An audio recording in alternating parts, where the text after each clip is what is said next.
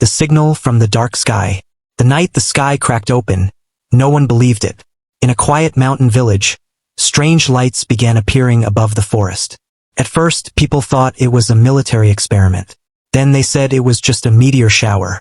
But Arham knew it was something else. Every night, while others slept, Arham sat on the roof of his small house, staring at the stars. He had built a homemade radio transmitter from broken wires, old speakers, and scrap metal. People called him strange. Some called him useless. But he believed someone was listening. And one night, something answered. A sharp frequency interrupted his machine. Not random noise, not static. A repeating pattern. Intelligent. Alive. The very next evening, the sky changed. A deep humming sound vibrated through the air. Dogs barked wildly. Birds scattered from the trees. Then a blinding blue beam shot down into the forest beyond the village. The ground shook. By morning, the entire village had gathered near the forest. There was a massive circular burn mark on the earth. No spaceship. No debris. Nothing. Except footprints. 3 long toes. Slightly glowing. Arham followed them when no one was looking. The deeper he went, the quieter the world became. The air felt heavier. The trees seemed to bend inward as if hiding something. And then he saw it. Behind a fallen tree, half covered in silver dust, lay a small creature, about 4 feet tall, skin like pale metal, large black eyes reflecting fear, thin glowing veins pulsing faintly beneath translucent skin. It was injured, and it was trying to crawl away.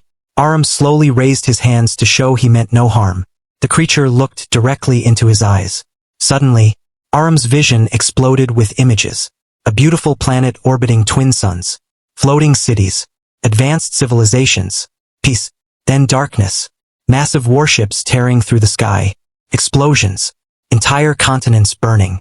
The creature's world, destroyed. Arham fell to his knees, gasping. The alien wasn't here to invade. It was hiding. Carefully, he helped the creature to its feet. Trembled but didn't resist. It touched Arham's forehead gently. A wave of emotion passed between them. Grief, loneliness, fear. The alien had no name that humans could pronounce. So Arham called him Zyro. Zyro healed faster than any human. Within hours, his wounds began closing. But something was wrong. His glowing veins were fading. He needed something. Through images in Arham's mind, Zyro showed a crystal device. Bright blue, pulsing like a heart. It had fallen during the crash. Without it, Zyro would slowly die. Meanwhile, the government detected strange radiation from the forest. Within 2 days, military trucks surrounded the village. Helicopters scanned the skies. A secret operations commander named Raza took control of the area. He wasn't curious. He was hunting. Arham and Zyro searched at night. Zyro could lift small rocks without touching them. He could generate faint light from his palms. But every time he used his power, he weakened. Then one night, soldiers followed Arham into the forest. They saw Zyro. Gunfire exploded through the trees. Zyro reacted instantly, creating a transparent force field that deflected the bullets. The soldiers froze in shock. Commander Raza ordered capture. Zyro tried to protect Arham, but he was too weak. Electric shock nets trapped him. Arham screamed as they dragged Zyro away.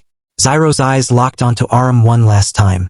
And suddenly, Arham saw the crystal's location in his mind. Buried beneath the original crash site.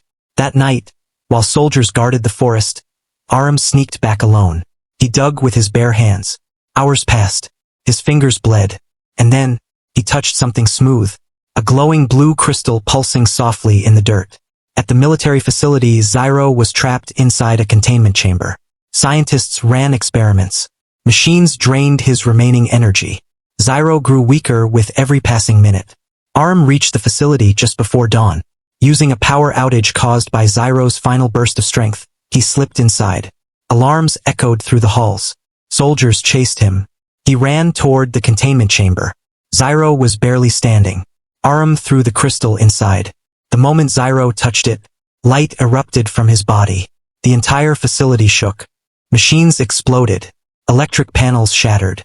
Zyro rose into the air, glowing brighter than ever before. Commander Raza aimed his weapon. But before he could fire, his gun froze midair. Zyro didn't attack. Instead, he placed his hand on the glass barrier. Raza suddenly saw visions too. Earth's future. War. Destruction. human greed destroying their own planet. Then another vision, humans learning from other civilizations, technology healing oceans, cities powered by clean energy, peaceful coexistence. Raza lowered his weapon. Silence filled the room. Zyro stepped out of the chamber. He walked past the soldiers without harming anyone. Outside, the forest ground split open. A hidden spacecraft rose slowly into the air, silver and glowing. The entire village watched from a distance as the sky turned blue once again. Arham stood closest. Zyro approached him. For a moment, neither moved. Then Zyro gently touched Arham's forehead one last time. This time, the feeling wasn't sadness. It was hope. Knowledge flowed into Arham's mind. Science beyond Earth. Confidence beyond fear. Zyro stepped into the ship. The craft lifted silently. Within seconds, it shot into the sky and disappeared among the stars. Everything went quiet. 1 year later, Arham wasn't the same boy people laughed at. He studied astrophysics.